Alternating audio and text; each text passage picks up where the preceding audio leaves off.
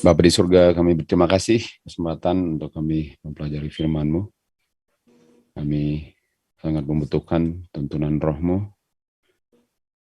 khususnya untuk hidup di akhir zaman. Kami melihat tanda-tanda akhir zaman sedang digenapi, dan semua ini menuju pada tertutupnya pintu kasihan dan kedatangan anak-Mu Tuhan Yesus untuk kedua kalinya, menjemput semua yang beriman kepada firman-Mu. Terima kasih Bapa untuk kebenaran, dan ini kebenaranlah yang akan menuntun kami bisa membedakan benar dan salah. Kami bisa lihat sangat jelas apa itu benar dan apa itu salah, tanpa meraba-raba atau menggunakan perasaan untuk menjadi pedoman patokan kehidupan kami. Tuntunlah kami melalui Roh-Mu dalam pelajaran yang kami akan pelajari saat ini. Terima kasih Bapa. Dalam nama anak-Mu Tuhan Yesus kami berdoa. Amin. Oke, kita akan mulai. Dan judul dari pelajaran kita pada saat ini ialah persetujuan dengan kematian. Nah, persetujuan dengan kematian itu bahasa Inggrisnya covenant of death.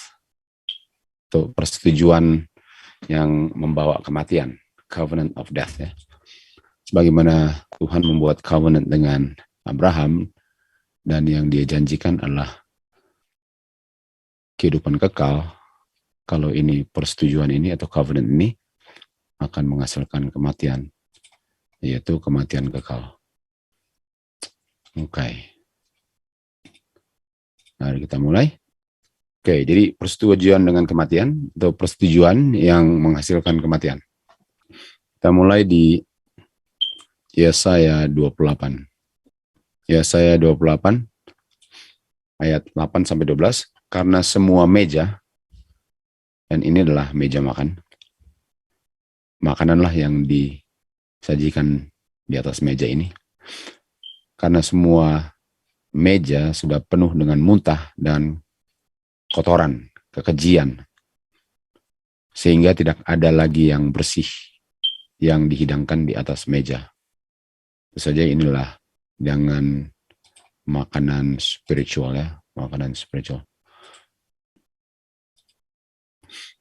Kalau dikatakan siapa yang dia akan ajarkan pengetahuan, dan siapa yang dia akan buat untuk mengerti doktrin. Kita tahu doktrin adalah hujan sesuai dengan Ulangan 32 ayat 1 dan 2. Jadi siapa yang akan ajarkan hujan? Siapa yang akan membuat mengerti hujan?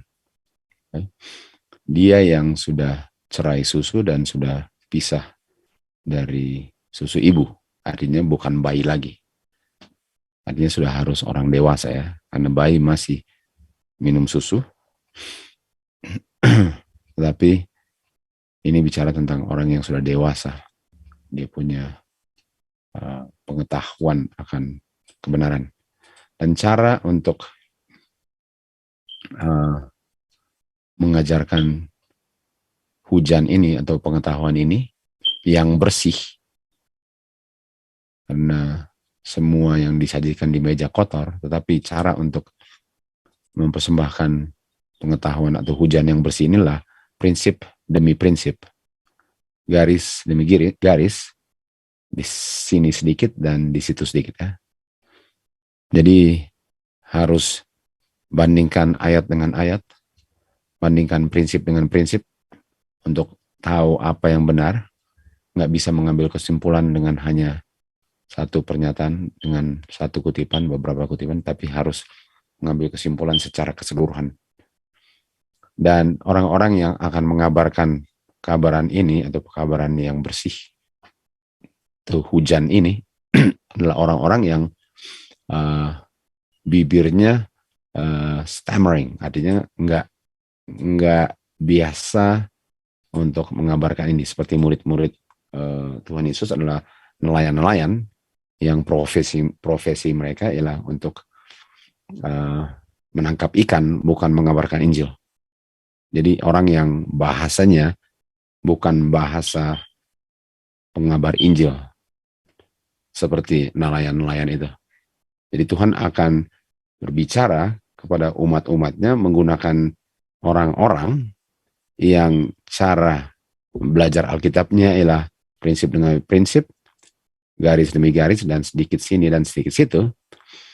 Dan dikatakan inilah peristirahatan, dan ini akan menyebabkan orang-orang yang letih dan capek untuk beristirahat, dan ini adalah refreshing. Dan kita tahu kalau kita belajar, refreshing adalah hujan awal dan hujan akhir. Dan kita tahu di Efesus 5 ayat 26 dikatakan air fungsinya untuk cleanse, membersihkan, untuk sanctify, untuk memurnikan, dan untuk memeteraikan. Dan untuk orang yang dimeteraikan, 5T 2:14 paragraf 2 katakan nggak boleh ada satu kotoran. Sementara doktrinnya sudah seperti muntah dan sudah kotor, sehingga umat Tuhan nggak bisa dimeteraikan. Dan harus dikabarkan kabaran hujan yang bersih, dan ini akan membersihkan semua yang kotor.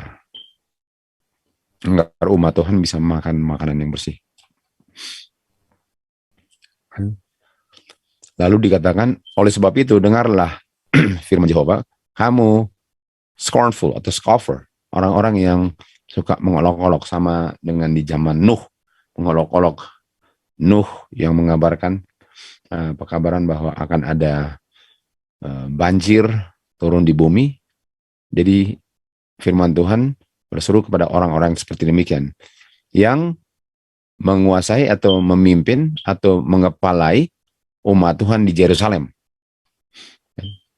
Jadi ada orang-orang pemimpin-pemimpin di Yerusalem yang mengolok-olok.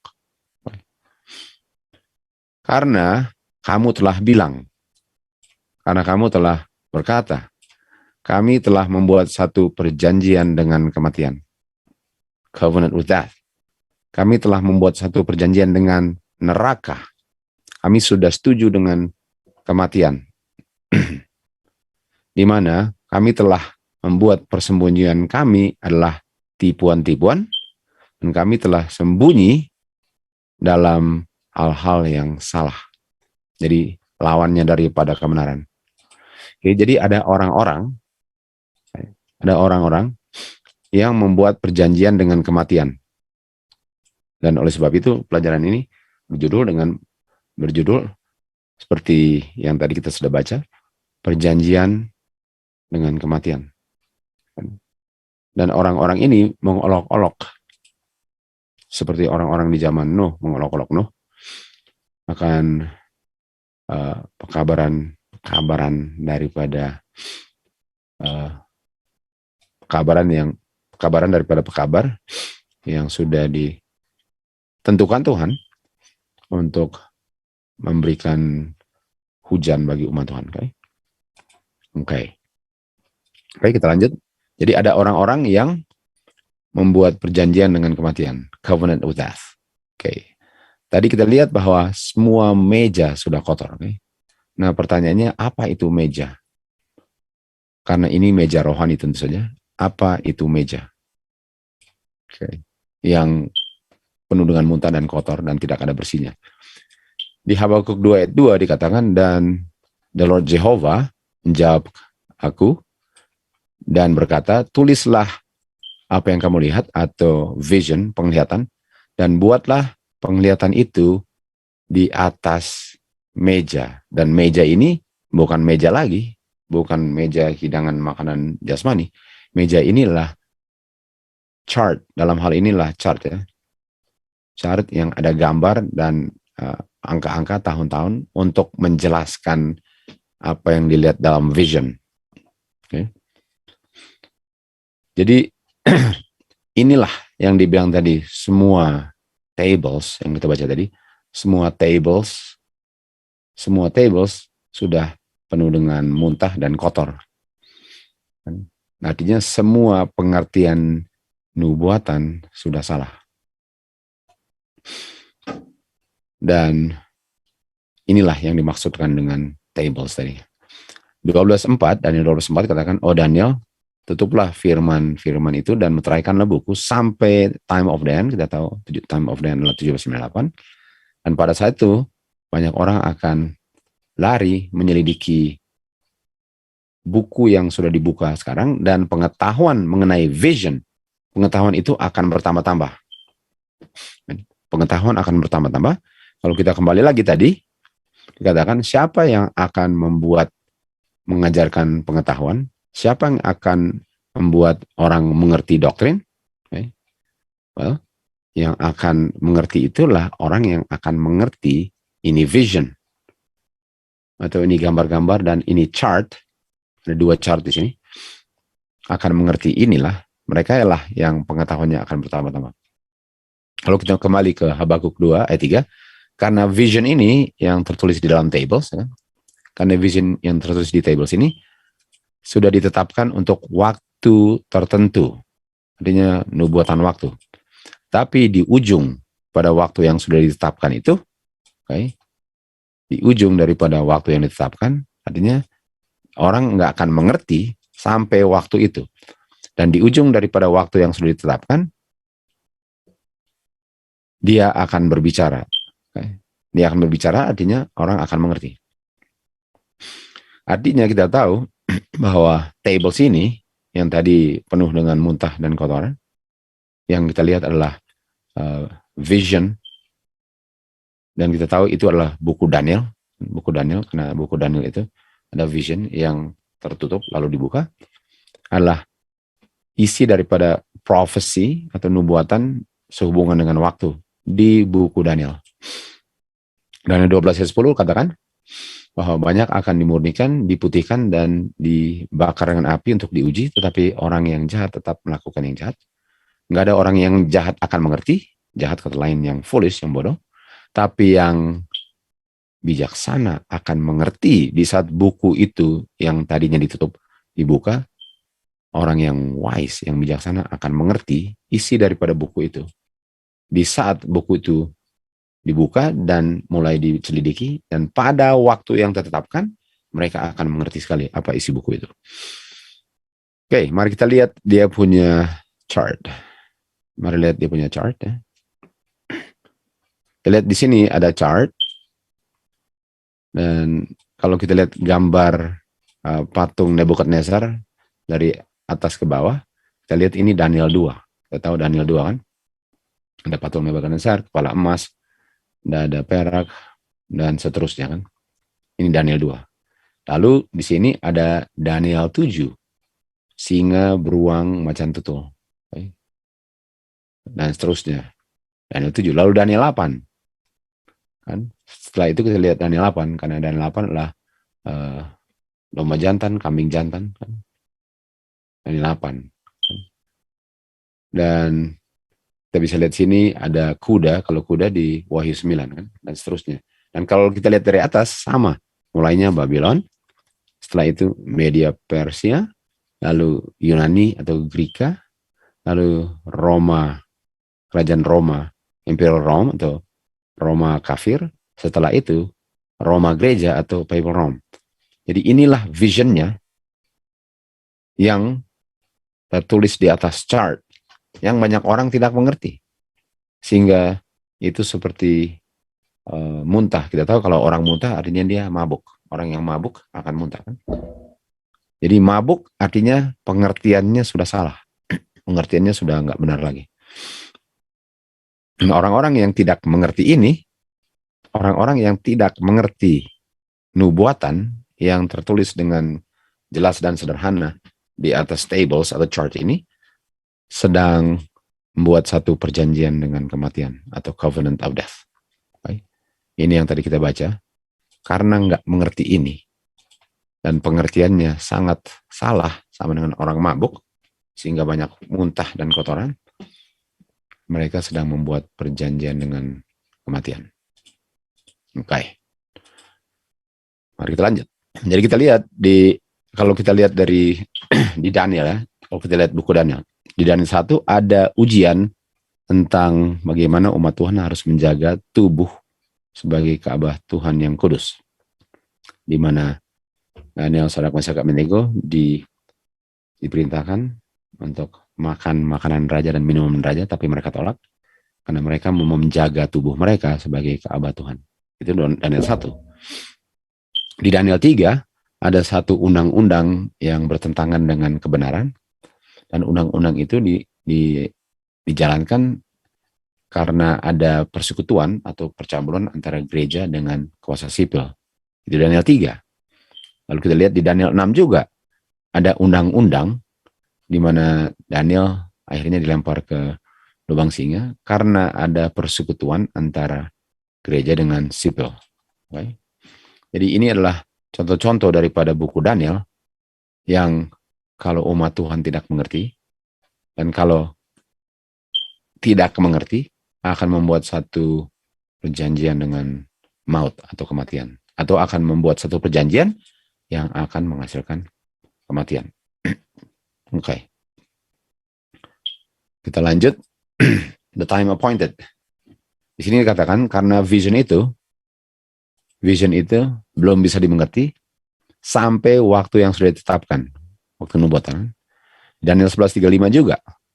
Di Daniel 11 ayat 35, banyak mereka yang mengerti akan jatuh, diuji, dan dibersihkan untuk membuat mereka putih sampai time of the end, karena itu adalah waktu yang sudah ditetapkan. Jadi di Daniel 8 ayat 19 juga dikatakan ada at that time appointed, pada waktu yang sudah ditetapkan, baru lo berakhir semua ini. Artinya di waktu yang sudah ditetapkan itu, yang orang-orang yang bijaksana ini akan mengerti vision atau penglihatan yang ditulis atau dibuat sederhana di atas tables. Dan inilah tables ya. Bahasa Inggrisnya adalah chart. Orang akan mengerti ini pada waktu yang sudah ditetapkan. Di saat buku itu dibuka. Oke. Jadi itu dia punya tables yang harus dimengerti. Dan yang mengerti adalah orang-orang yang bijaksana. Mulainya kapan? At the time appointed. Oke, mari kita lihat tentang vision di atas tables ini. Bagaimana orang-orang mengerti akan vision di atas atau yang tertulis di tables ini. Pengertian tentang vision. Daniel 3. Kan? Di sini dikatakan ada perintah untuk seluruh bangsa dan bahasa.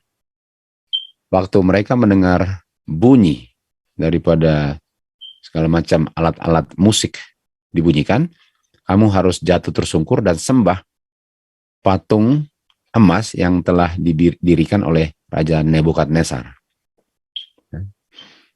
Dan barang siapa tidak jatuh tersungkur dan sembah pada jam yang sama akan dilempar ke tengah-tengah daripada dapur api yang menyala-nyala. Jadi kalau tidak mau sembah, akan dibunuh, akan dibakar. Okay. Itu Daniel 3. Ini visionnya, ini dia punya vision. Daniel 6. Di Daniel 6 kita tahu Daniel, dia berdoa kepada Tuhan 3 kali sehari. Dan ada undang-undang di mana nggak boleh berdoa kepada siapa saja kecuali yang ditetapkan negara. Dan barang siapa pada saat tertentu 30 hari ini yang tidak mau melakukan apa yang diperintahkan akan dilempar ke dalam lubang singa. Sebagaimana Sadrak, Mesak, Abednego dilempar ke dapur api.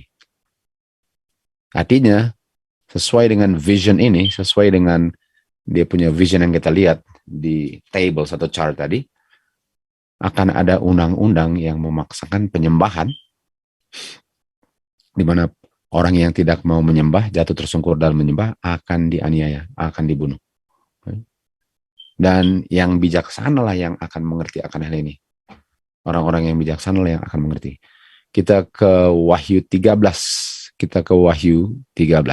Okay. Jadi pertanyaannya, kenapa akan ada undang-undang ini? Kenapa akan ada undang-undang ini? Yang bijaksana lah yang akan mengerti. Di Wahyu 13 dikatakan, dan dia ada kuasa untuk berikan kehidupan kepada image daripada binatang itu, sehingga image daripada binatang akan berbicara dan memaksakan semua yang tidak mau sembah image daripada beast itu akan dibunuh.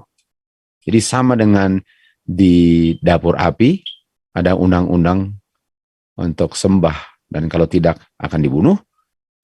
Di Daniel 6 juga ada undang-undang untuk jangan sembah selain yang ditetapkan negara, dan kalau tidak mau melakukannya dibunuh.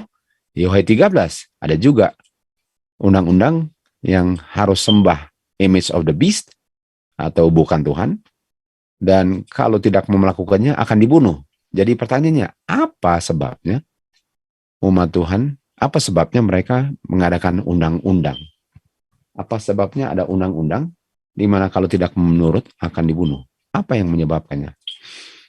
Kalau kita baca di manuskrip Releases 13 halaman 71, waktu hari Minggu akan ditinggikan dan ditegakkan oleh hukum, prinsip-prinsip daripada umat Tuhan akan diungkapkan. Sebagaimana prinsip daripada 3 orang Ibrani. Sementara prinsip daripada orang Ibrani ini atau Sadrak Mesak Abednego diungkapkan waktu Nebukadnezar memerintahkan mereka untuk sembah. Waktu Nebukadnezar memerintahkan mereka untuk sembah patung emas di dataran Dura. Jadi kita bisa lihat bahwa apa yang terjadi di Babylon terhadap Sadrak Mesak Abednego akan terjadi lagi di akhir zaman, di mana dulu harus ada penyembahan patung emas. Di akhir zaman akan ada penyembahan, dan penyembahan itu adalah harus worship atau harus beristirahat bertentangan dengan perintah Tuhan, bukan pada hari ke-7 hari Sabat, tapi pada hari Minggu. Akan ada undang-undang hari Minggu, dan kalau tidak mau menurut akan undang-undang hari Minggu, sebagaimana Daniel, Sadrak, Mesak, Abednego, akan dianiaya, akan dibunuh. Apa yang menyebabkan sampai adanya undang-undang ini? Itulah yang kita mau pelajari. Apa yang menyebabkan sehingga ada undang-undangnya ini? Okay. Jadi kita akan lihat di 2 Tawari 7:13 dikatakan, kalau aku menutup langit sehingga tidak akan ada hujan, okay, karena langit ditutup sehingga nggak ada awan, lalu tidak ada hujan. Jadi apa yang menyebabkan tidak ada hujan? Well, tentu saja ada sesuatu yang menyebabkan tidak ada hujan, karena langit ditutup. Dan kenapa Tuhan menutup langit? Artinya nggak ada hujan sama dengan masa kemarau, masa kelaparan, masa kering, tanaman tidak tumbuh, binatang tidak bisa makan, dan kekurangan air, gitu kan. Dan kalau tidak ada hujan, artinya akan ada bencana-bencana, dalam hal ini pestilence atau wabah. Dan sementara umat Tuhan yang tidak terima hujan dan sedang menerima wabah, ayat 14 dikatakan, jikalau umatku akan merendahkan diri mereka dan berdoa dan mencari wajahku dan berpaling. Kita tahu berpaling adalah bahasa daripada pekabaran Elia, pekabaran Yohanes Pembaptis, dan pekabaran Maleakhi 4, di mana akan dikirim Elia yang akan berpaling atau memutarbalikan, mengembalikan hati anak-anak Tuhan kepada Tuhan, kan? Kalau mereka merendahkan diri dan berdoa dan berpaling dari kejahatan mereka, barulah aku akan mendengar dari surga dan mengampuni dosa-dosa mereka, dan apa yang terjadi? Akan memulihkan tanah mereka, kan? Yang akan memulihkan tanah mereka karena tidak ada hujan dan karena ada wabah. Jadi artinya, kenapa tidak ada hujan? Kenapa tanahnya penuh dengan wabah? Karena umat Tuhan sudah berpaling dari kebenaran. Dan kalau umat Tuhan merendahkan diri dan berdoa dan berpaling dari kejahatannya, barulah Tuhan akan kirim hujan sehingga tanahnya akan subur kembali. Jadi apa hubungan ini dengan satu perjanjian kematian atau satu persetujuan yang menghasilkan kematian. Apa hubungannya ini?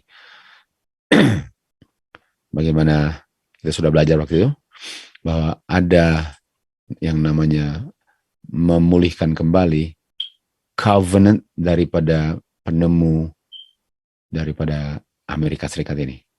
Jadi dia punya founding ya, orang-orang yang menemukan Amerika Serikat, ada satu perjanjian dengan Bapa, yang mana umat Tuhan sekarang katanya di akhir zaman sudah tinggalkan perjanjian itu. Dan itulah sebabnya, inilah renewal covenant-nya kan. Ini terjadinya Januari 8, 2022. Dan ini renewal ini, yang situ tunjuk ke bawah, renewal ini dikatakan bahwa renewal daripada American Renewal of the Covenant, orang-orang yang datang ke Amerika, yang dibuat dengan God 400 tahun yang lalu. Dan dikatakan, Bapa membuat satu covenant dengan Israel, tetapi Amerika membuat covenant dengan God. Dan Amerika telah melanggar covenant yang dibuat oleh forefathers atau orang-orang yang membuat covenant dulu. Kita tahu bahwa dari Alkitab, Bapa sangat serius dengan covenantnya. Dan ini telah membawa atau mengakibatkan negara Amerika yang dulu sangat diberkati, sangat dikutuk Tuhan sekarang. Sangat dikutuk Tuhan. Okay? Ini dia. Artinya, umat Tuhan mau memperbaiki covenant dengan Tuhan, umat Tuhan mau membuat satu covenant dengan Tuhan, untuk mau kembali kepada perjanjiannya dengan Tuhan, melakukan atau mengembalikan persetujuannya dengan Tuhan, karena sudah melanggarnya. Dan oleh sebab itu, Amerika sekarang sedang mengalami bencana. Apa yang terjadi di Amerika sekarang, tentu kita sudah tahu, di seluruh dunia juga. Dan dikatakan itu disebabkan karena umat Tuhan, khususnya di Amerika ini, sudah meninggalkan persetujuan mereka dengan Tuhan. Dan mau memperbaikinya, dan mau kembali kepada persetujuan awalnya dengan Tuhan, agar semua bencana-bencana alam yang dialami di Amerika dan di seluruh dunia ini, tapi khususnya di Amerika, akan dipulihkan kembali. Akan dipulihkan kembali.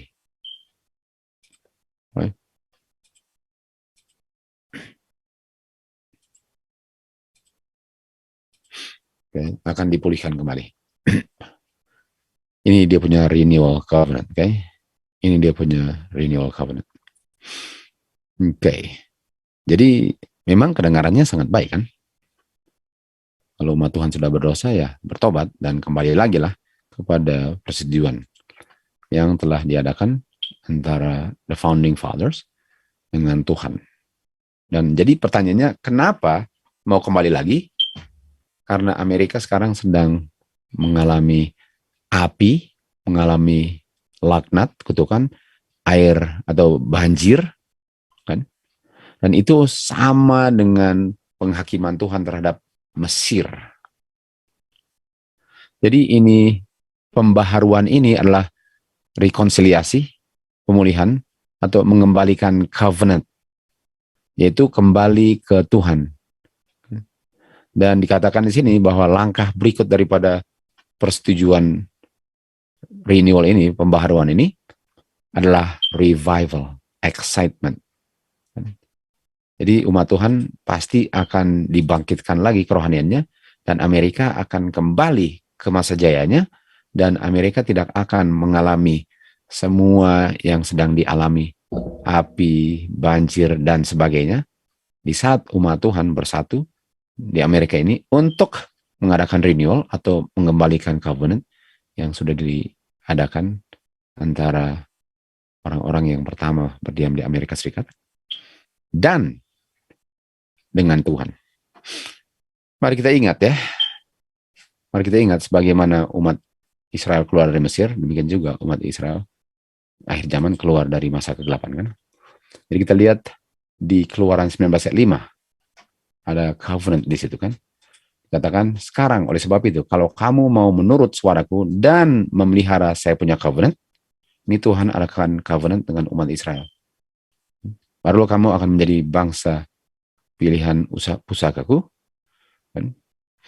Jadi kita lihat bahwa ada covenant yang diadakan di luar Mesir. Sementara mengadakan perjalanan ke tanah perjanjian. Dan demikian juga ada covenant antara yang mengaku umat Tuhan di akhir zaman. Dan kita mau kembali kepada Tuhan sesuai dengan perjanjian nenek moyang kita dengan Tuhan. Dan apa yang terjadi setelah covenant itu? Apa yang terjadi setelah covenant itu? Apa yang terjadi ialah di Keluaran 32, setelah mereka membuat covenant di luar Mesir, setelah itu mereka buat lembu emas. Atau image of the beast. Mereka membuat lembu emas. Dan dikatakan, ini lembu emas adalah kamu punya gods yang membawa kamu keluar dari Mesir. Jadi kalau kita tahu bahwa sejarah terulang kembali, artinya covenant ini akan menghasilkan penyembahan akan image of the beast. Yang tadi kita baca di Wahyu 13, sama dengan di Daniel 6, Daniel 3. Di saat umat Tuhan mau kembali kepada Tuhan, mereka membuat covenant, tapi covenantnya itu malahan memaksakan orang untuk menyembah. Hari Minggu kita tahu. Dan umat Tuhan yang tidak mau sembah hari Minggu, seakan-akan menolak covenant yang dibuat karena bencana alam. Demi bencana alam sedang dialami, khususnya di Amerika, akan diperintahkan untuk dibunuh. Ayat 5, dan di saat Harun melihat itu, dia membuat satu mezbah, dan Harun membuat satu pernyataan, dia bilang, besok kita akan adakan feast bagi the Lord God Jehovah. Besok kita akan adakan feast. Dan feastnya adalah a feast untuk worship a beast. Jadi feastnya adalah untuk worship the beast. Sementara umat Tuhan di akhir zaman sedang mau kembali kepada Tuhan dan go back to the old path. Dan mau terima hujan akhir, karena kalau tidak terima hujan akhir, sama dengan pekabaran Elia, ialah untuk kembali lagi dan terima hujan akhir untuk worship God. Ada yang mau kembali kepada Tuhan supaya bisa terima hujan juga untuk worship the beast. Dan barang siapa tidak worship akan dibunuh. Dan mereka bangun pagi hari keesokan harinya mempersembahkan persembahan bakaran dan membawa persembahan damai, dan semua orang duduk dan makan, eat meat dengan drink. Mereka eat dengan drink di saat feast, lalu mereka sembah image of the beast atau lembu emas. Itu terjadi setelah mereka membuat covenant dengan Tuhan. Dan barang siapa tidak mau sembah hari Minggu, kita lihat di Wahyu 13, akan dibunuh. Jadi sejarah yang tertulis dengan jelas di vision itu. Yang kalau orang nggak ngerti vision itu, mereka nggak akan antisipasikan ini. Ini hanya dimengerti oleh orang-orang yang bijaksana, di mana sejarah terulang kembali, dan sejarah itu kita bisa lihat di tables atau chart, di mana di chart ini adalah nubuatan-nubuatan yang menunjukkan apa yang sudah akan terjadi berdasarkan apa yang sudah pernah terjadi di masa lampau. Sejarah terulang kembali. Jadi mari kita lihat ini, bahwa perubahan iklim tahun 2021 dibilang kita nggak bisa kembali lagi ke gaya hidup kita sebelum tahun ini. Jadi dikatakan bahwa iklim sudah berubah dan kita nggak bisa kembali lagi ke gaya hidup yang membuat kita punya iklim dan kita punya environment, lingkungan hidup sangat rusak. Dan ini termasuk bencana alam hasil manusia punya kelalaian dan hal perubahan iklim ini adalah salah satu bencana alam, di mana kita harus memperbaikinya. Kita harus menjaga bumi ini. Dan oleh sebab itu kita harus kembali ke Tuhan. Nggak bisa kita kembali lagi ke gaya hidup kita yang menyebabkan sehingga ini terjadi di dunia ini. Lalu dikatakan kita nggak bisa hanya tunggu untuk insentif atau gerakan daripada open market. Kita harus menetapkan harga karbon seluruh dunia. Artinya kita nggak bisa tunggu situasi kondisi yang merubah semua ini. Kita harus tetapkan harga karbon, dan harga karbon itu kita harus set berdasarkan sains target yang akan menjadi undang-undang iklim. Jadi berdasarkan perubahan iklim dan cuaca, atau berdasarkan banjir, berdasarkan gempa bumi, berdasarkan semua bencana alam yang kita baca tadi, mereka akan bikin undang-undang.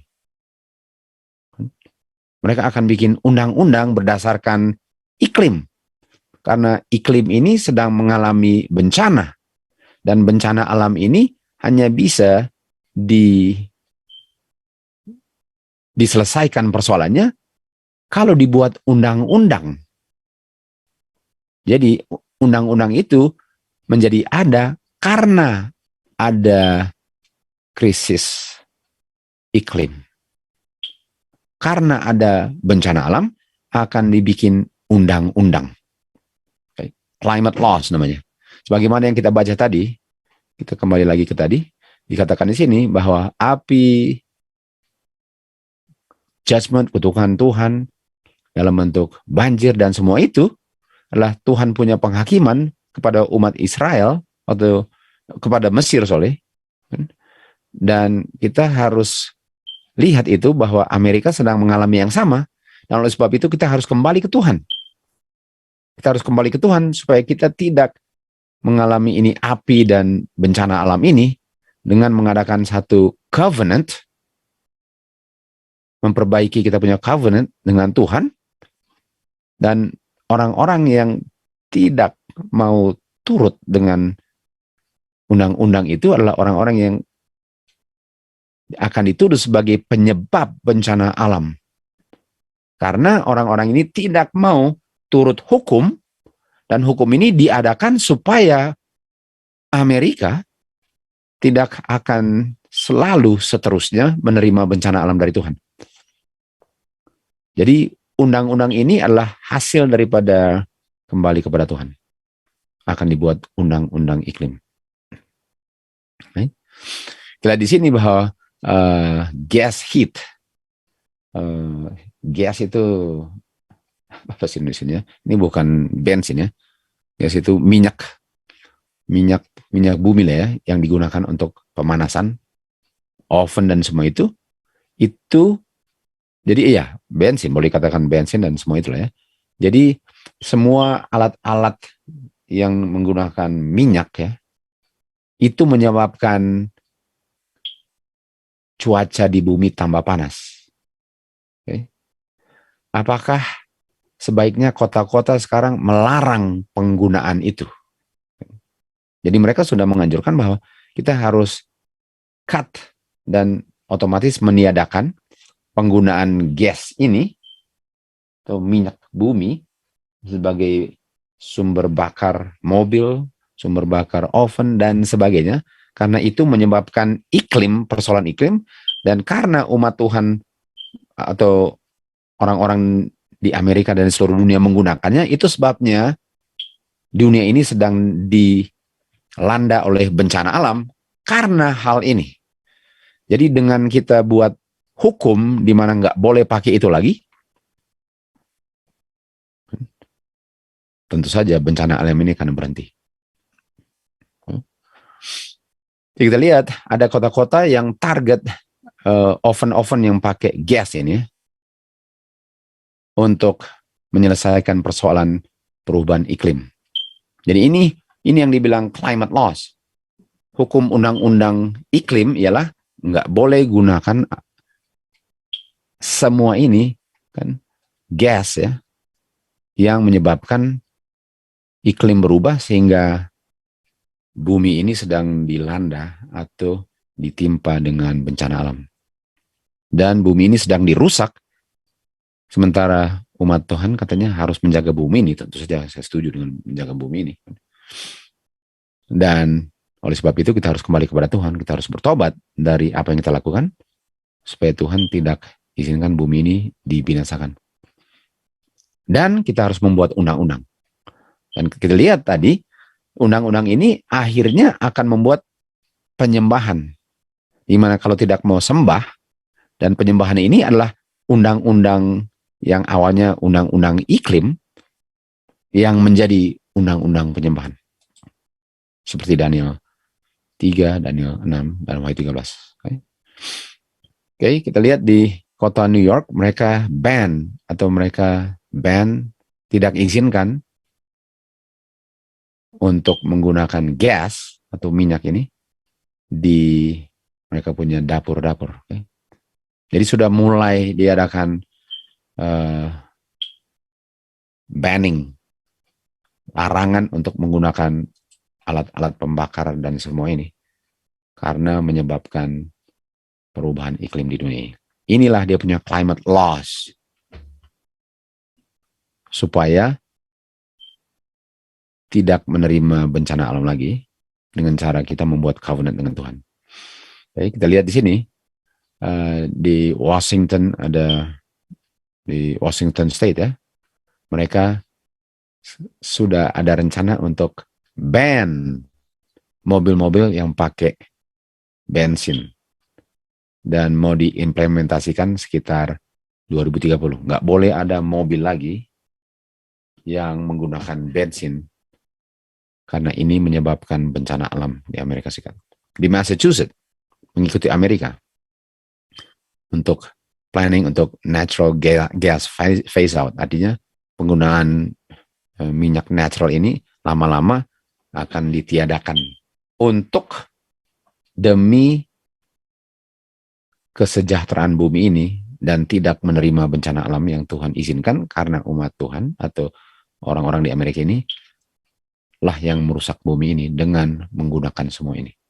Jadi mereka sedang ancang-ancang untuk buat satu climate law. Mobil-mobil yang menggunakan listrik, okay, katanya bisa mengurangi emission atau hasil pembakaran daripada bensin ini sekitar 50%. Katanya. Okay. Jadi semua akan pakai electrical, solar, semua itu. Dan inilah dia punya climate laws, karena bumi ini sedang dirusak dan bumi ini sedang mengungkapkan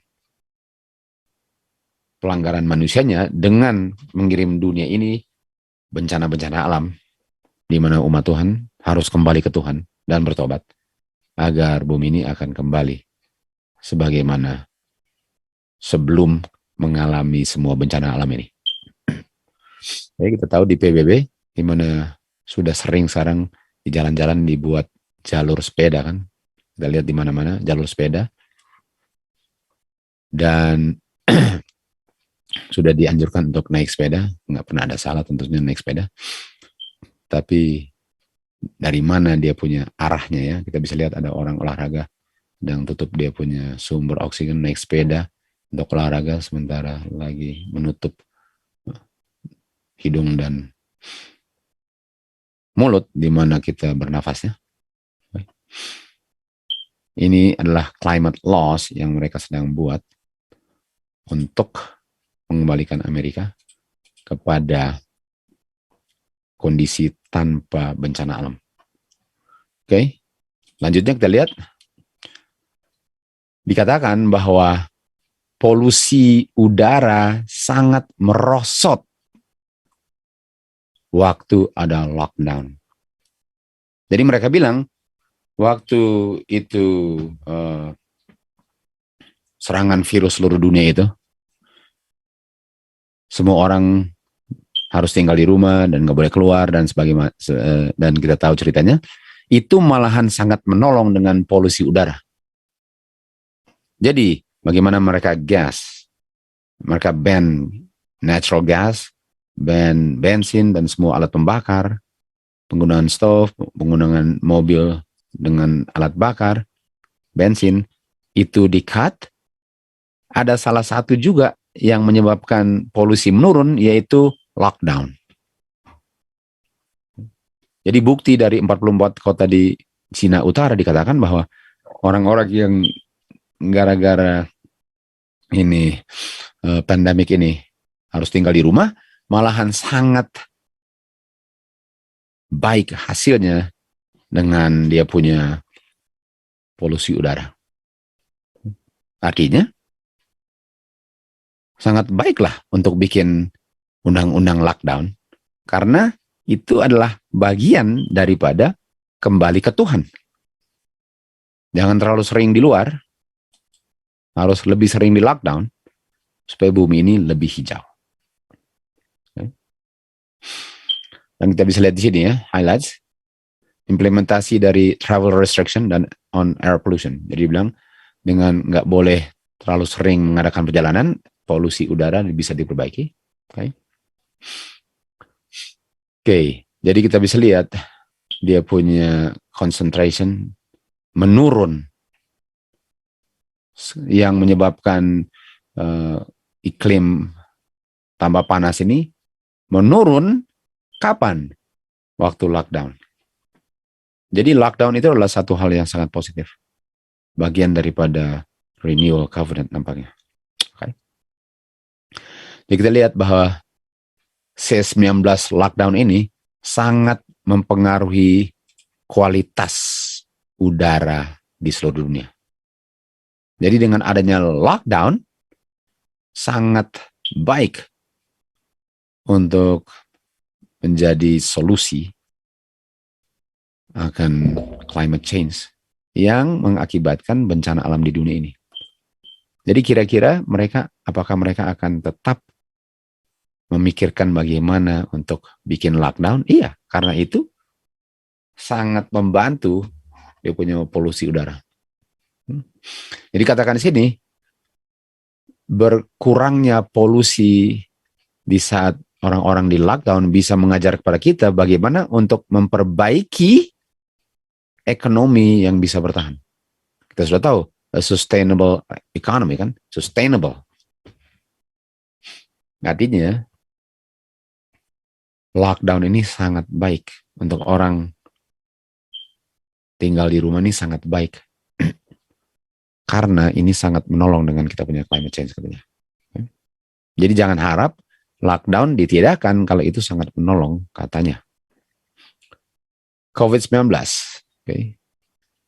C-19 ini menghentikan climate emission. Jadi gara-gara lockdown ini, dia punya penghasilan pembakaran sangat menurun. Lalu dibilang apa? Tapi sekarang sudah mulai naik kembali. Dan kalau sudah mulai naik kembali, artinya perlu apa lagi? Perlu lockdown lagi. Jadi salah satu solusi daripada bencana alam adalah lockdown. Karena sekarang sudah mulai meningkat lagi katanya. Okay. Di sini dikatakan, C-19 kasus belum berakhir. Kasus C-19 ini sudah meningkat lagi di Amerika Serikat. Dan kalau sudah meningkat lagi, artinya perlu apa? Perlu lockdown lagi. Karena sudah mulai meningkat lagi. Perlu lockdown lagi. Jadi sudah bagus di lockdown dan sangat menolong dengan dia punya polusi udara, tapi sekarang sudah mulai meningkat lagi.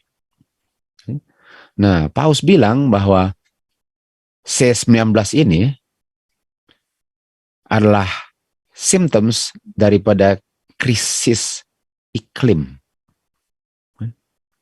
Jadi kalau krisis iklim ini ada menghasilkan bencana alam, penyebabnya apa? Ini C-19. Makanya untuk lockdown orang sangat bagus untuk krisis iklim. Artinya ini penggunaan gas dengan orang terlalu banyak di dunia bernafas, terlalu banyak orang keluar rumah, menyebabkan C19, dan waktu di lockdown, langsung turunlah emissionnya. Tapi sekarang, karena sudah nggak lockdown lagi, sekarang persoalannya meningkat lagi. Jadi Paus bilang bahwa lockdown sangat penting kalau kita mau menyelesaikan persoalan krisis iklim. Kan? Ini dia bilang. Oke.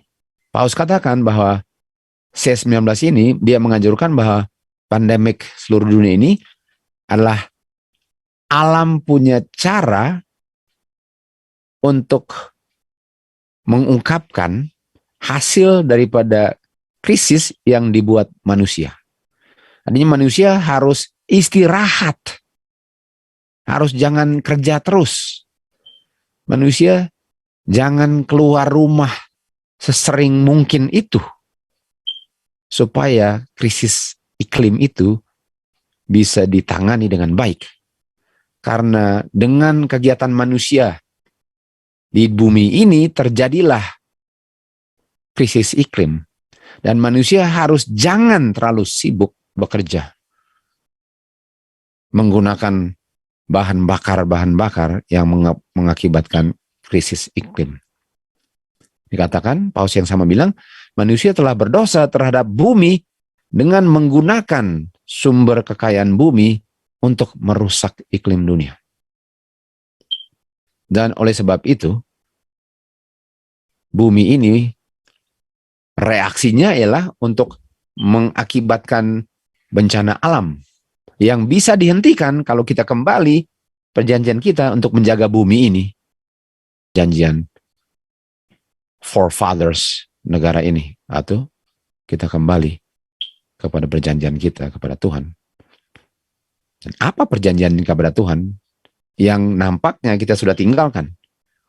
Salah satunya ialah kita nggak boleh menggunakan hal-hal yang dia punya iklim berubah. Dan salah satunya adalah lockdown. Dan lockdown itu orang nggak bisa kerja. Harus tinggal di rumah.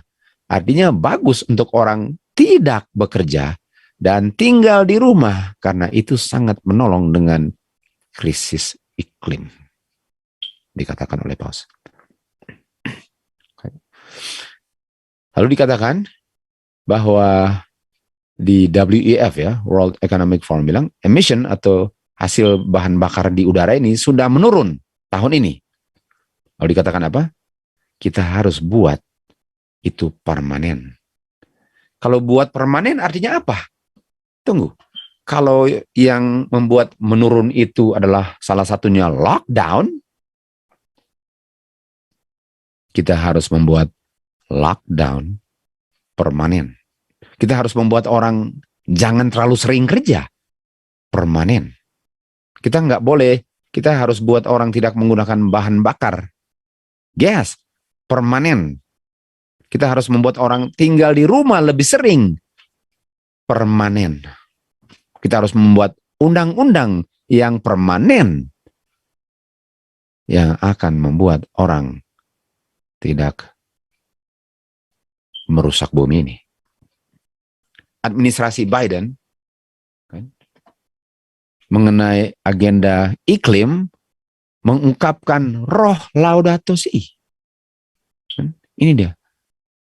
Jadi kita lihat bahwa agenda iklim ini, climate agenda, yang tujuannya ialah untuk mengurangi bahan bakar yang akan merusak iklim dunia ini.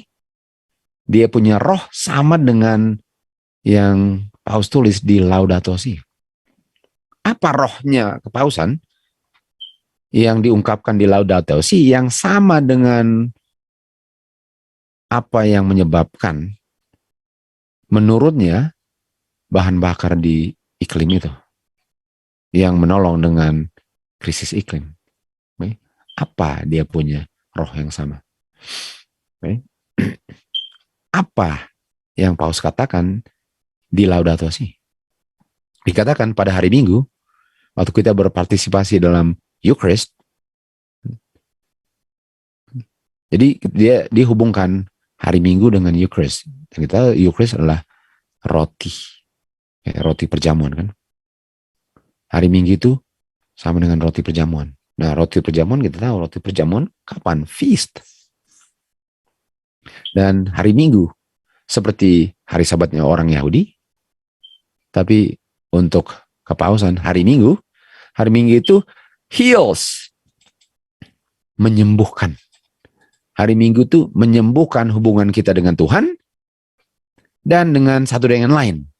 Bukankah assembly? Dan assembly itu fokusnya istirahat, kan? Rest. Assembly itu ada hubungan dengan Sabbath more fully. Karena Sabbath more fully itu memperbaiki hubungan dengan Tuhan dengan satu dengan lain waktu kita assemble. Untuk kepausan, hari Minggu memperbaiki hubungan dengan Tuhan dengan satu dengan lain. Sebagaimana kita punya assemble yang artinya Sabbath yang lebih lengkap, kepausan adalah hari Minggu yang akan memperbaiki semua itu. Dan hari Minggu itu adalah hari pertama orang diciptakan kembali. Dan hari Minggu itu adalah kita punya istirahat dalam Tuhan. Rest, orang istirahat. Tunggu.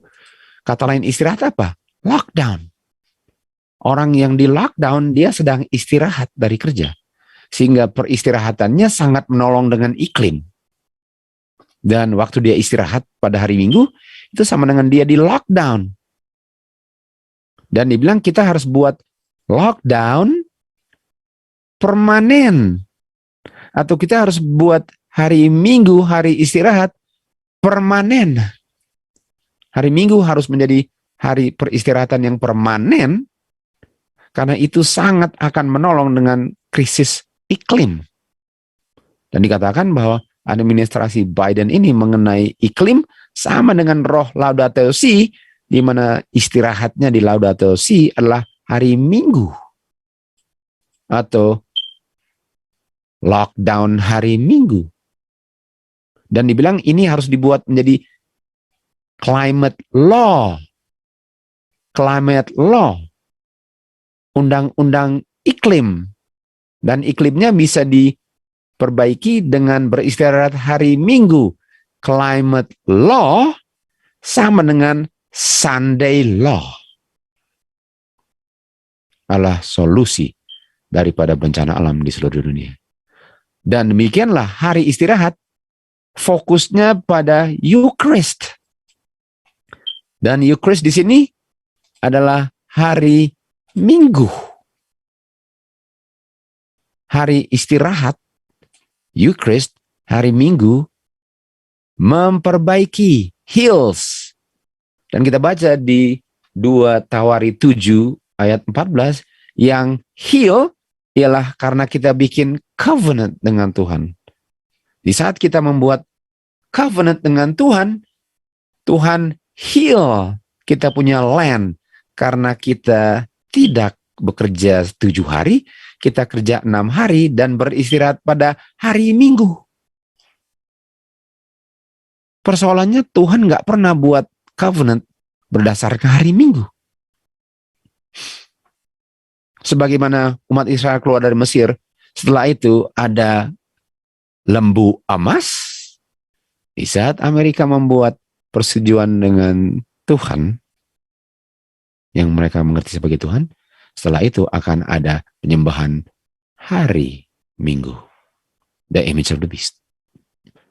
Okay. Dikatakan di sini, tidak ada pergerakan mingguan, weekly. Bukankah di feast ada weekly feast? Mingguan tidak ada pergerakan atau lockdown. Okay. Abolish, okay. Weekly no movement days abolish dan will be observed hanya pada hari Minggu.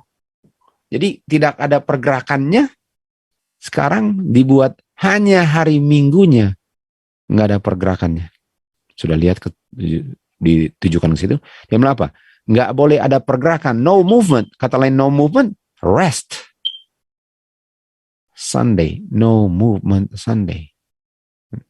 Jadi kita bisa lihat bahwa ini persoalan C19 ini dan climate, penghangatan global, ini ujung-ujungnya apa?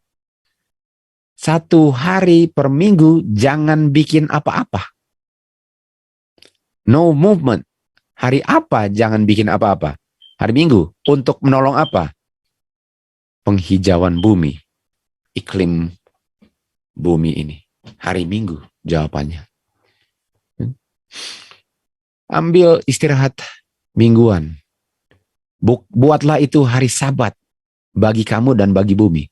Jangan drive, jangan shop, jangan build, jalan, makan dengan teman, main dan baca dengan anak kamu, nyanyi, meditasi, celebrate pada hari Minggu. Istirahat hari Minggu itu sangat baik untuk iklim. Di sini dikatakan kita a break from all devices with screen. Jangan pakai HP, iPad, iPhone, Android. Jangan pakai itu 1 hari. Jangan drive mobil 1 hari. Dan akan menurunkan polusi udara sekitar 70 sampai 99% kalau kita beristirahat pada hari Minggu. Artinya apakah hari Minggu lah solusi daripada perubahan iklim sedunia ini? Istirahat pada hari Minggu. Disitulah, sedang menuju ke situlah covenant ini. Mari kita kembali dengan perjanjian yang kita adakan dengan Tuhan. Dan perjanjian yang kita adakan dengan Tuhan ialah kita akan istirahat pada hari Minggu. Dan banyak umat Tuhan tidak istirahat hari Minggu. Itu sebabnya bumi ini penuh dengan bencana. Dan kalau kita kembali istirahat pada hari Minggu, kita memperbaharui kita punya perjanjian dengan Tuhan untuk beristirahat 1 hari. Hari pertama hari Minggu, Tuhan akan heal, menyembuhkan, memperbaiki tanah Amerika ini.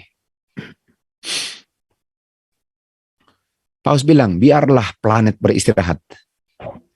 Biarlah planet beristirahat. Kita baca di sini bahwa di Amerika ada tim football yang namanya Saints. Kita tahu Saints kan, Wahyu 14:12. Here is the patience of the saints. Saints adalah orang-orang saleh. Dan grup football ini namanya New Orleans Saints. Dan Paus minta kepada mereka untuk mengatakan, tolong, karena mereka selalu mainnya hari Minggu kan kalau di sini pada umumnya 90% kali hari Minggu. Dia bilang, bisa nggak New Orleans Saints ini jangan main hari Minggu? Tolong supaya dia jangan main hari Minggu. Nah, di sini dikatakan bahwa karena nama daripada Saints ini katakan, itu diberikan kepada New Orleans Saints, dan itu adalah nama Katolik waktu dia merayakan hari All Saints Day. Lalu dibilang, hari Minggu itu adalah harinya Tuhan. Jadi boleh nggak tim yang namanya New Orleans Saints jangan main hari Minggu, karena hari Minggu itu hari istirahat. Jadi kalau pakai nama Saints, tolong jangan main hari Minggu, karena itu adalah hari istirahat. Jadi Paus bilang, tolong New Orleans Saints jangan main hari Minggu. Dan alasannya supaya saya bisa sering nonton. Karena nampaknya kalau hari Minggu nggak bisa nonton. Oke. Jadi kalian bisa lihat bahwa hari Minggu lah tujuan daripada semua bencana alam di seluruh dunia yang sedang terjadi. Dituduh karena umat Tuhan sudah melanggar covenant dengan Tuhan. Di mana covenantnya katanya ialah kita membuat perjanjian dengan Tuhan bahwa kita akan istirahat setiap hari Minggu. Dan karena orang-orang sudah lupa tentang peristirahatan hari Minggu, itu sebabnya ada C19. Dan semua ini terjadi karena tidak ada peristirahatan pada hari Minggu. Dikatakan, Paulus bilang, gunakan pandemic atau lockdown untuk memberikan environment istirahat. Jadi kita punya bumi bisa istirahat, dan ini pandemic ini adalah tanda daripada nature, alam, untuk memberi satu peringatan bagi manusia untuk beristirahat pada hari Minggu. Karena bumi ini sedang menderita, nggak diizinkan istirahat 1 hari. Dan kalau kita istirahat, akan menjadi solusi iklim krisis dengan pemanasan global. Kalau saja kita istirahat pada hari Minggu. Ini. Lalu dibilang, dengan krisis C19 ini, dengan kita beristirahat hari Minggu, dianjurkan semua dapat sumber income yang sama di seluruh dunia. Sementara ekonomi ini hancur gara-gara krisis dunia dengan dia punya bencana-bencana alam dan C19 ini. Dengan adanya itu, ekonominya rusak. Ekonomi rusak ini, untuk kita bisa menanganinya, kita buat satu universal basic income. Artinya penghasilan yang sama rata seluruh dunia. Pertanyaannya, siapa Dani yang akan mendikte siapa yang dibayar atau enggak? Jadi dengan adanya undang-undang untuk beristirahat 1 hari, dia bilang apa? Sumber penghasilan setiap orang di dunia pun harus ditentukan. Supaya akan kita tahu siapa yang bisa jual atau beli, itu ditentukan dengan apakah dia setuju dengan covenant untuk beristirahat dan sembah pada hari Minggu. Jadi kita bisa lihat koneksinya antara ini covenant dengan bisa jual dan beli. Wahyu 13 ayat 16. Dia menyebabkan semua besar kecil, kaya miskin, budak bebas untuk menerima tanda di tangan kanan atau di dahi mereka, agar tidak ada yang bisa jual atau beli kecuali dia memiliki tanda. Kecuali dia memiliki tanda. Nah sekarang apa tandanya? Kamu bisa beli atau jual berdasarkan UBI, Universal Basic Income, kalau kamu ada tanda. Dan apa tandanya? Gereja Katolik bilang, hari Minggu lah tandanya. Hari Minggu tandanya. Tadi kita bisa lihat bahwa waktu dia anjurkan Universal Basic Income, itu akan menentukan siapa yang bisa jual atau beli, kecuali hanyalah, artinya mereka bisa jual atau beli hanya kalau mereka beristirahat pada hari Minggu dan sembah hari Minggu. Jadi kita sudah bisa lihat bahwa climate ini perubahan iklim dan pemanasan global ini, tujuannya adalah ini. Apakah yang melakukannya tahu atau enggak? Banyak enggak tahu tujuannya ini. Kita lihat di sini juga bahwa Gereja Katolik yang merubah hari Sabat ke hari Minggu, dan perubahan itu adalah tanda daripada otoritas gereja dalam hal-hal agama. Jadi hari Minggu adalah tanda, dan kalau nggak terima tanda, nggak bisa jual atau beli. Kalau tidak mau sembah hari Minggu, tidak bisa jual beli. Makanya climate laws menjadi Sunday laws, lalu universal basic income.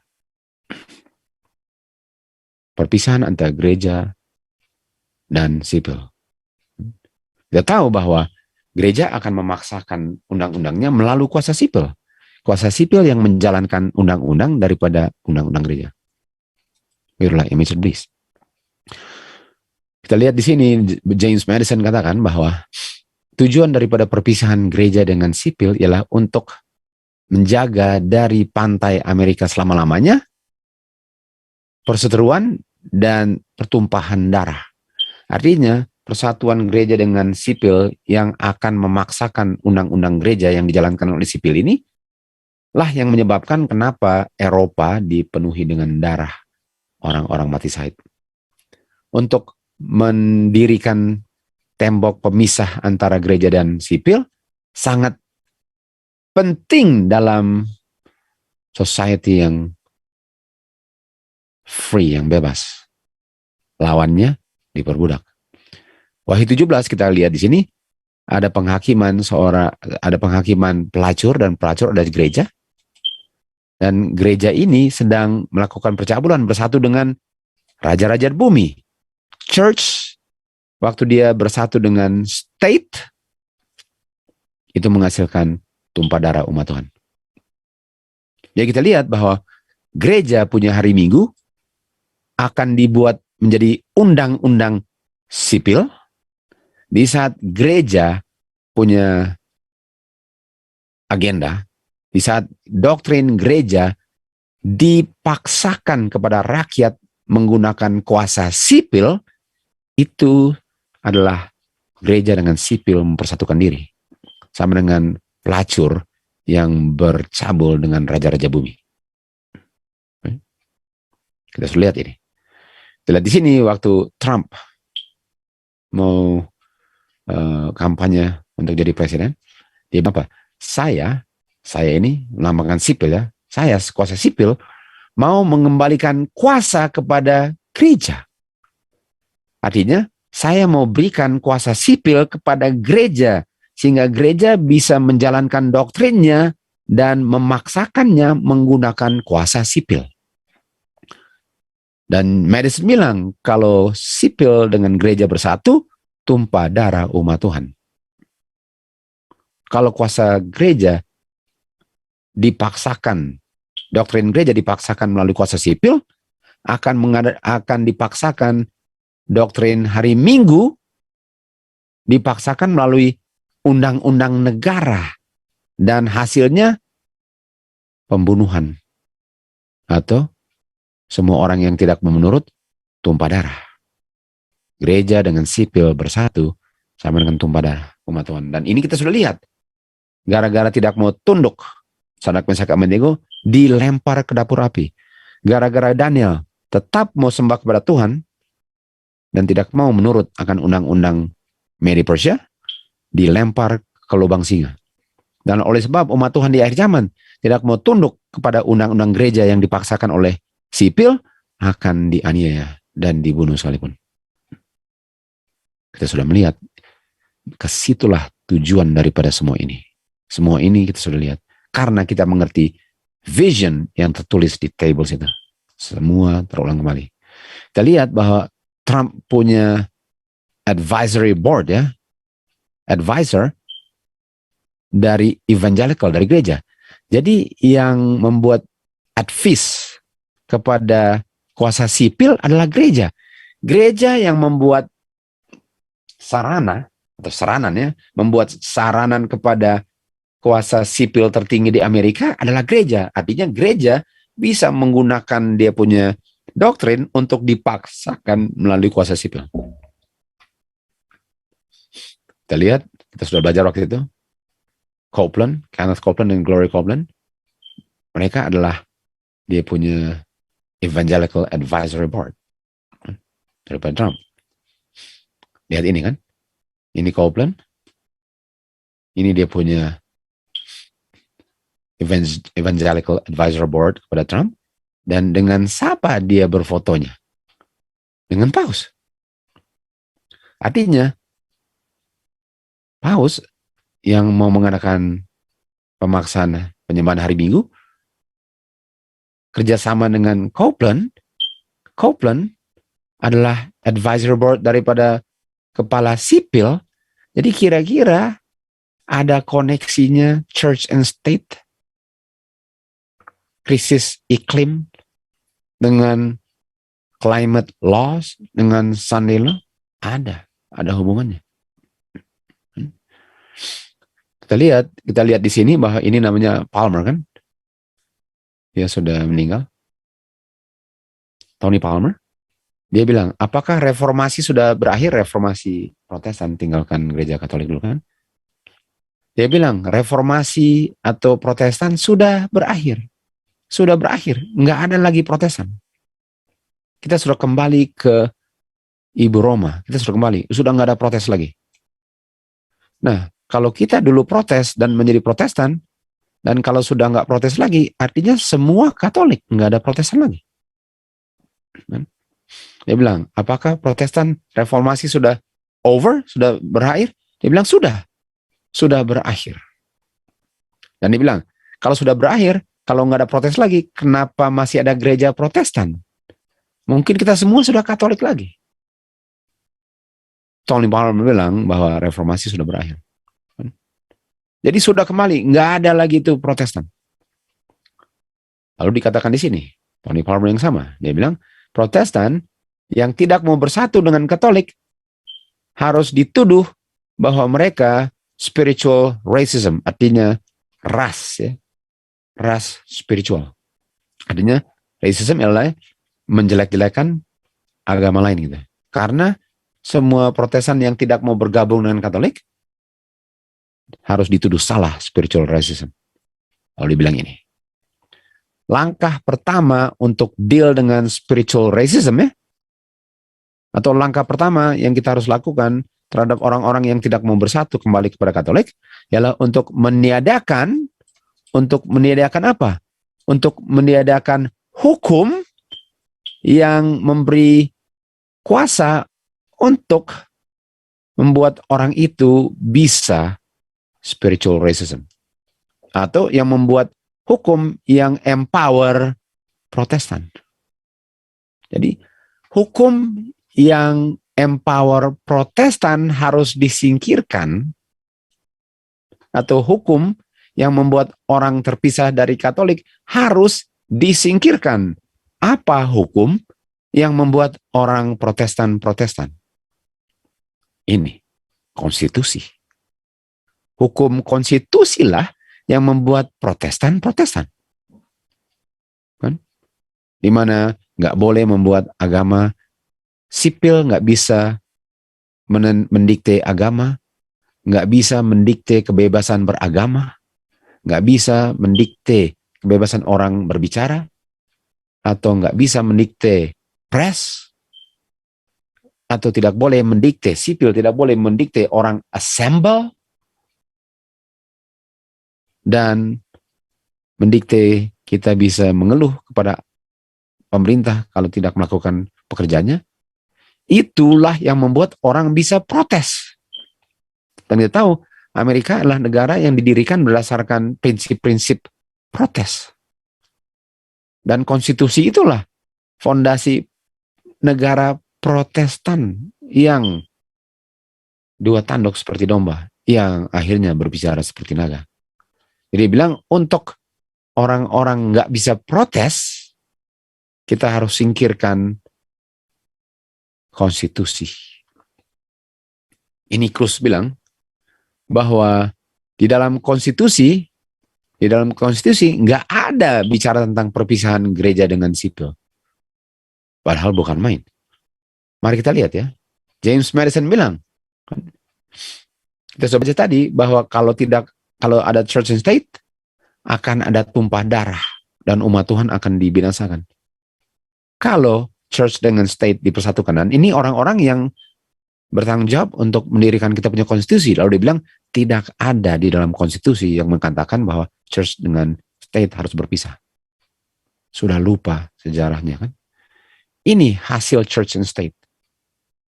Nebukadnezar hasil gereja dengan sipil. Daniel di lubang singa hasil gereja dengan sipil. Ini semua hasilnya. Ini adalah gereja wanita dengan bis ini sipil. Dan kita tahu umat Tuhanlah yang dianiaya oleh gereja yang bersatu dengan sipil. Sama dengan gambar ini. Gereja dengan sipil, penganiayaan. Gereja dengan sipil, penganiayaan. Daniel 2 di chart, di table. Daniel 6 di chart di table, Wahyu 17, ini semua the vision yang dibuat plain upon tables yang sudah menjadi muntah. Dimuntahkan dengan apa? Dengan doktrin yang tidak akan menghasilkan hujan akhir. Doktrin ini. Inilah hasil daripada nggak mengerti vision on tables. Untuk membangun tembok pemisah antara sipil dan gereja sangat penting dalam society yang free. Lalu orang ini yang namanya David Barton bilang, Jefferson waktu bilang itu dia bohong. Jefferson lies. Dia bilang bahwa harus ada church dengan state terpisah dalam negara ini. Barton bilang itu bohong. Dan ingat namanya, David Barton. Dia bilang Jefferson bohong waktu dia bilang itu. Dia tulis buku. Dan Barton ini, dia mengundang pendeta-pendeta dan pemimpin-pemimpin ministry. Ini dia. Dan dia adalah American Renewal Project. Project mengembalikan Amerika kepada asal-usulnya katanya. Yang kita bisa lihat tadi adalah covenant itu. Dia bilang bahwa Jefferson lies. Bohong itu dia bilang bahwa harus ada terpisah antara church dengan state. Itu adalah satu bohongan. Okay. Bisa lihat itu kan? Jadi kita bisa lihat bahwa ini semua kembali ke situ. Ini yang tadi bilang renewal kan? Ini renewal ini. Renewal ini kan kalian bisa lihat ini. Dan lihat nama yang di bawah ini. Siapa ini? David Barton. Kita bisa lihat di sini ada Ben Carson kan? Ben Carson. Tapi yang saya mau tekankan, David Barton. David Barton adalah bagian daripada renewal. Artinya, apakah mereka sedang kembali kepada penemu Amerika?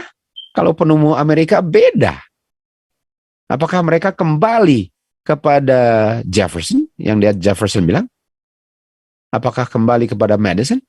Malahan dibilang mereka bohong, jadi mereka kembalinya ke siapa dan?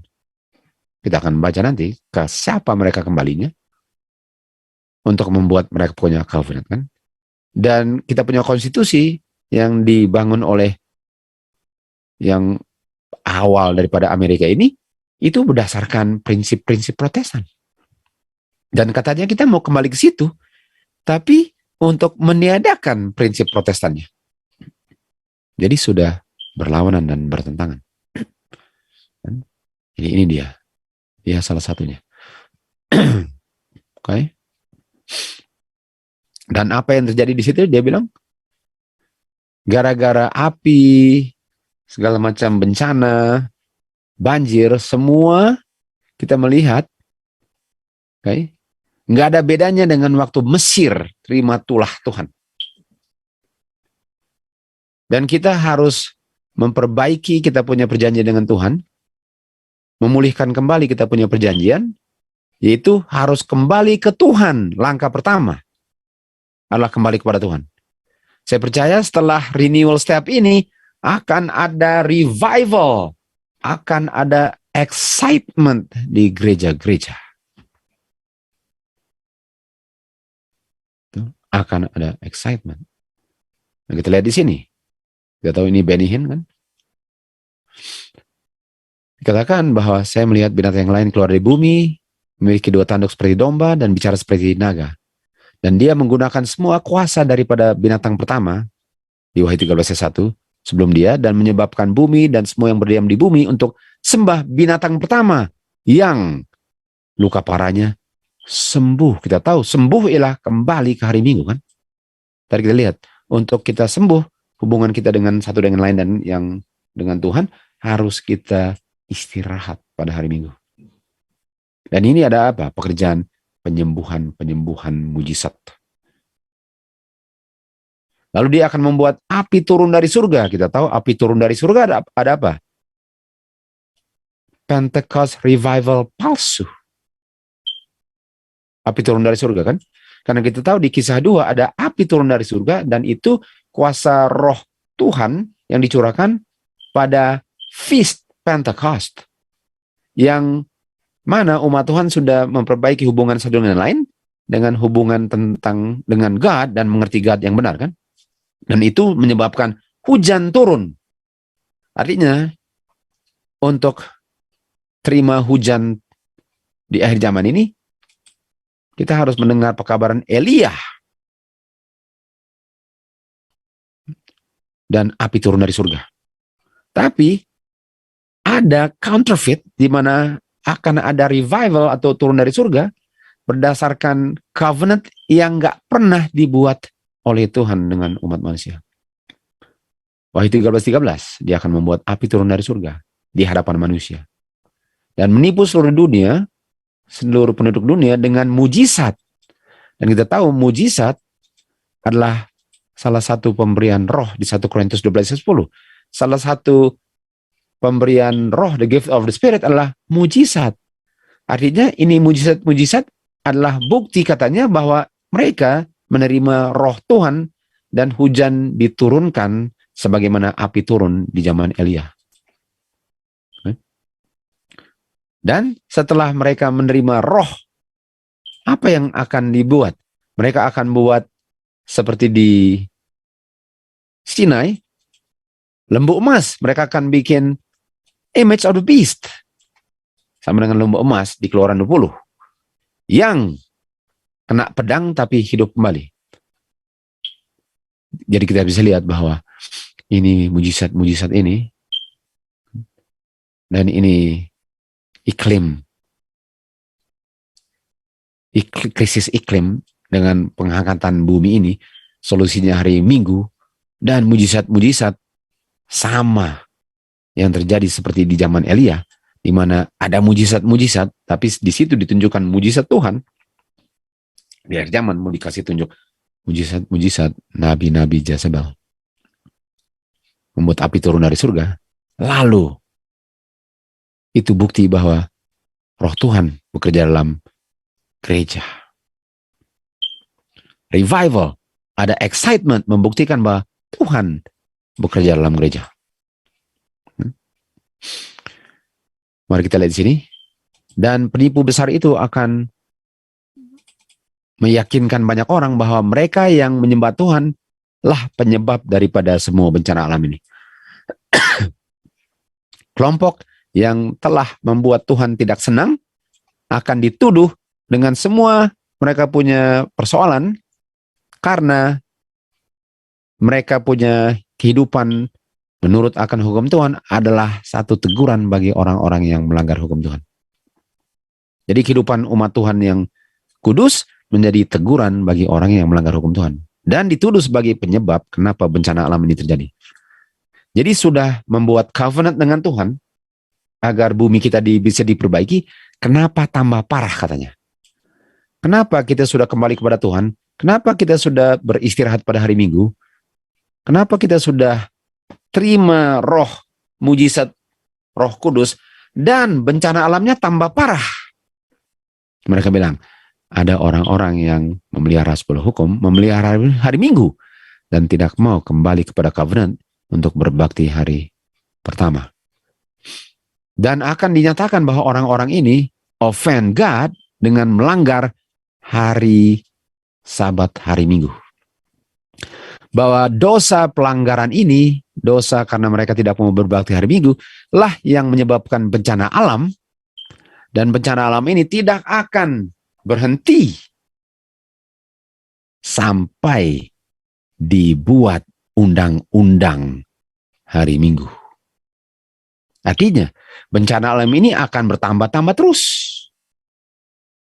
Walaupun covenant sudah dilakukan, walaupun sudah mereka berhenti hari Minggu, walaupun ada tanda bahwa seakan-akan ada roh Tuhan bekerja dengan mujizat, bencana bertambah terus.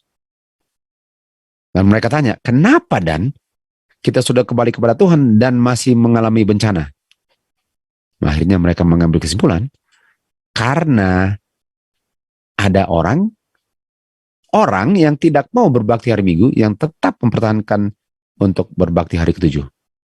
Dan untuk bencana alam bisa berhenti, harus dibuat undang-undang di mana kalau tidak mau menurut undang-undang akan dibunuh orang-orang ini agar bencana alam bisa berhenti. Dan bencana alam tidak akan berhenti sampai dibuat undang-undang hari Minggu. Dan orang-orang ini yang memelihara hukum keempat hari Sabat, mereka merusak kekudusan hari Minggu. Mereka penyebab bencana alam. Dan mereka sedang menghalang-halang restoration. Atau apa? Renewal. Mereka membuat covenant dengan Tuhan nggak pernah bisa digenapi Tuhan karena orang-orang ini. Dan mereka membuat kenapa bumi ini nggak pernah bisa kembali ke normal. Dan oleh sebab itu, mereka harus disingkirkan. Dan akan ada pekerjaan-pekerjaan mujizat, api turun dari surga. Pekerjaan mujizat yang mengaku sebagai roh pemberian Tuhan, melalui spiritisme. Kan?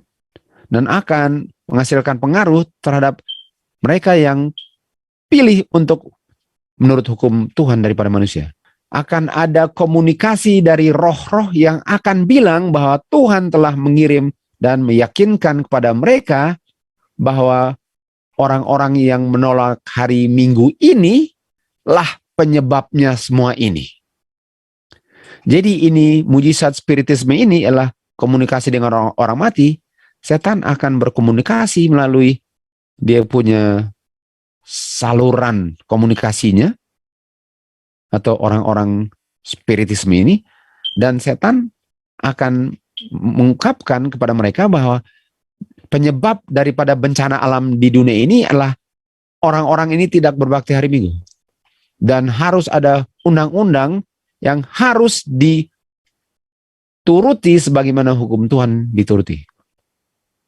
Jadi kita bisa lihat bahwa api turun dari surga itu yang akan membuat adanya undang-undang, karena roh-roh setan inilah yang akan mengkonfirmasi bahwa penyebab bencana alam ini disebabkan oleh orang-orang yang tidak mau berbakti hari Minggu. Dan orang-orang inilah yang merusak moral dunia ini karena mereka tidak mau berbakti hari. Marahlah naga terhadap orang-orang yang tidak mau turut kepada undang-undang yang dikonfirmasi oleh roh-roh mujizat palsu setan ini. Sudah bisa lihat? Sedang menuju ke sinilah semua ini. Semua dari sesi 19 menuju ke sini. Karena sesi 19 ini kan alasannya karena climate, iklim, pemanasan global, ujung-ujungnya ini. Dan kita sedang pelan tapi pasti sedang menuju kepada penggenapan ini semua. Demikian juga sekarang. Sementara setan bekerja untuk membinasakan kehormatan daripada hukum Tuhan, dia akan membuat mereka, orang-orang yang dituduh ini, sebagai pelanggar hukum dunia. Yang dia bilang adalah hukum Tuhan hari Minggu. Dan orang-orang inilah yang sedang tidak menghargai hukum Tuhan yang dibilang hari Minggu. Dan karena orang-orang inilah kenapa bumi sedang menerima bencana alam sebagaimana di zaman Ahab dan Elia, musim panas tanpa hujan. Melalui dia punya wakil, dia katakan dia akan meninggikan dirinya. Hari pertama akan ditinggikan. Orang-orang Protestan akan menerima hari Sabat ini sebagai hari yang asli. Melalui orang-orang, melalui the non-observance, melalui tidak merayakan hari Sabatnya Tuhan, melalui orang-orang yang melalui orang-orang yang tidak mau tunduk kepada kuasa dunia tetapi mempertahankan hari Sabatnya Tuhan, saya akan membuat hukum ini menjadi satu ancaman kontempt, seakan-akan pemberontakan. Dikatakan bahwa hari Sabat itu adalah tanda. Hari Sabat, setan bilang hari Sabat katanya tanda. Saya akan membuat orang-orang di bumi ini membuat undang-undang sehingga orang-orang yang tidak mau menurut hari Minggu dan tetap berbakti hari Sabat akan dibenci karena mereka berbakti hari Sabat. Seluruh dunia akan benci mereka karena merekalah penyebab bencana alam. Jadi setan akan kasih binasakan bumi ini, akan membuat orang-orang di dunia ini sangat menderita hidupnya. Dan saking menderita hidupnya, mereka akan sangat marah kepada orang-orang atau terhadap orang-orang yang dituduh sebagai penyebab kenapa mereka punya kehidupan penuh dengan penderitaan. Dan dikatakan, kenapa kamu nggak mau ikut hari Minggu kalau gara-gara kamulah kita menderita? Terima. Karena mereka tahu, umat Tuhan tahu bahwa ini adalah tipuan.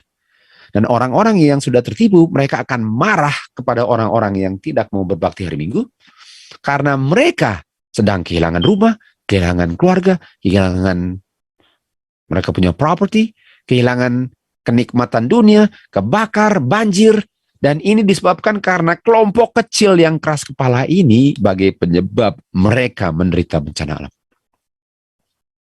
Setan akan membuat undang-undang dunia sangat ketat, sehingga nggak ada orang yang berani berbakti hari Sabat. Karena takut nggak ada pakaian dan nggak ada makanan. Mereka akan bergabung dengan dunia dalam pelanggaran hukum Tuhan. Dan inilah rencana setan untuk menguasai seluruh dunia. Tetapi kita tahu bahwa ada umat Tuhan sebagaimana Sadrak, Mesak, Abednego yang tidak akan tunduk. Ada Daniel yang lebih baik dilempar di lubang singa daripada tunduk. Ini akan terulang kembali.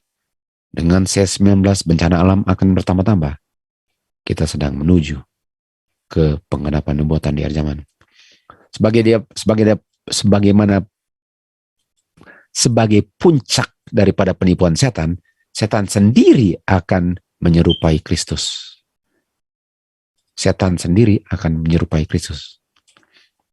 Gereja telah lama menantikan kedatangan Kristus. Setan akan datang dengan suara yang lembut dan mengucapkan kata-kata yang pernah diucapkan Kristus di dunia ini. Dia menyembuhkan penyakit banyak orang, artinya banyak penyakit bencana alam. Dan dengan karakter yang mana dia meniru karakter Kristus, setelah dia sembuhkan banyak orang yang sedang mengalami bencana penyakit, dia bilang dia telah rubah hari Sabat ke hari Minggu dan memerintahkan semua untuk memelihara kekudusan hari Minggu yang dia telah berkati. Dan dia mengatakan bahwa orang-orang yang tetap memelihara hari ketujuh sedang menghujat namanya, dan dia bilang dia Kristus. Artinya sedang menghujat Kristus dengan tidak mau mendengar kepada malaikatnya yang dia kirim dengan terang dan kebenaran bahwa dia sudah rubah hari Sabat ke hari Minggu. Di gereja-gereja dan di pertemuan-pertemuan di tempat terbuka, pemimpin-pemimpin gereja akan mendesak anggotanya pentingnya untuk berbakti hari pertama daripada Minggu. Artinya hari Minggu. Dan penyebab daripada pendeta-pendeta akan mendesak anggotanya berbakti hari Minggu, penyebabnya adalah karena bencana-bencana alam di laut dan di darat. Dan bencana alam ini akan tambah lama, tambah parah. Satu bencana diikuti dengan bencana yang lain. Dan kelompok kecil ini yang memelihara hari Sabat akan ditunjuk sebagai penyebab daripada murka Tuhan di bumi ini karena mereka tidak mau berbakti hari Minggu, karena Kristus katanya sudah rubah hari Sabat ke hari Minggu, dan roh-roh Tuhan pun sudah bicara melalui vision bahwa hari Minggulah hari perbaktiannya. Ini akan terjadi. Ini sudah mulai terjadi melalui C19 dan seterusnya. Jadi jangan pikir bumi ini tambah baik, akan tambah parah. Inilah renewalnya. Mulainya dengan renewal. Renewalnya mulai dengan kita harus kembali ke Tuhan. Dan setelah kembali ke Tuhan, bencana alam akan bertambah-tambah. Dan setelah bencana alam bertambah-tambah, mereka buat undang-undang untuk berbakti hari Minggu. Dan tambah parah, akan ada roh yang berkomunikasi dengan mereka untuk berbakti hari Minggu. Tambah parah, dan akan Kristus, yang mana setan punya counterfeit, yang bilang akan ada perubahan. Sudah ada perubahan hari Sabat ke hari Minggu. Tambah parah. Akhirnya kita harus singkirkan orang-orang yang tidak mau kembali kepada Tuhan, yang menjadi penyebab kenapa bumi ini menerima semua bencana alam. Dan umat Tuhan, sebagaimana Daniel, Sadrak, Mesyak, Abednego, tahu inilah yang sudah ditulis di tables, di vision. Orang-orang yang bijaksana lah yang akan mengerti. Mereka lah yang akan tetap berdiri untuk mempertahankan kebenaran melalui tipuan terbesar setan di akhir zaman ini. Karena the wise shall understand. The wicked shall do wickedly. None of the wicked shall understand. Hanya yang wise, yang mengerti vision, yang hidupnya bergantung kepada Tuhan, bukan kepada apa yang dunia sajikan kepada mereka, lah yang akan berdiri dan menggenapi nubuatan. Pelajaran ini kita akan lanjut besok hari.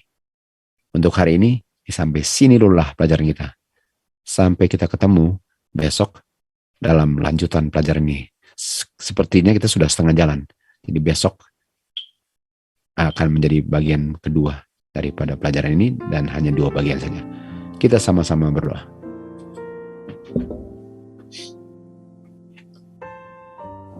Bapa di surga, kami berterima kasih untuk pelajaran demi pelajaran yang Engkau bagikan pada kami, untuk mempersiapkan, untuk melihat sesuai dengan Yohanes 14:29, hal-hal yang belum terjadi Engkau telah ungkapkan agar umat Tuhan bisa percaya di saat mulai digenapinya, dan mempersiapkan diri untuk masa yang sangat penting di dunia ini, di mana orang-orang yang tidak berfondasi kebenaran akan digoyangkan karena sangat mempedulikan akan kebutuhan dunia, sementara kebutuhan kehidupan kekal yang terpenting.